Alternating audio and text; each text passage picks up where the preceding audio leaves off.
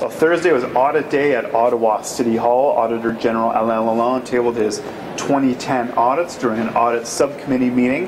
There's two audits we're really taking a close look at. One has to do with client service centers. The Auditor General believes that perhaps some of these service centers could be closed because some of them aren't being used that much. The other audit is the construction contract audit. Now, the Auditor General found out that the city isn't pursuing the money from design engineers when some of the designs aren't really that great, and those cause some change orders to happen. Those change orders are very costly to the city because usually the construction contractor charges more to make those fixes.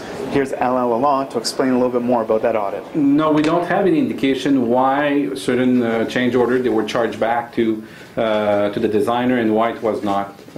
So that's a little bit concerning. We had a previous question in terms of it was always with the same designer, was it always with the same engineering firm? It's something we were not able to establish why some firms were treated differently than other firms. So that's something that management, I guess, will have to look at. But what we're saying basically is if you do it in a business-like approach and you charge everybody back, you will eliminate that. So everybody will be treated fairly, and on top of that, the city will save a lot of money.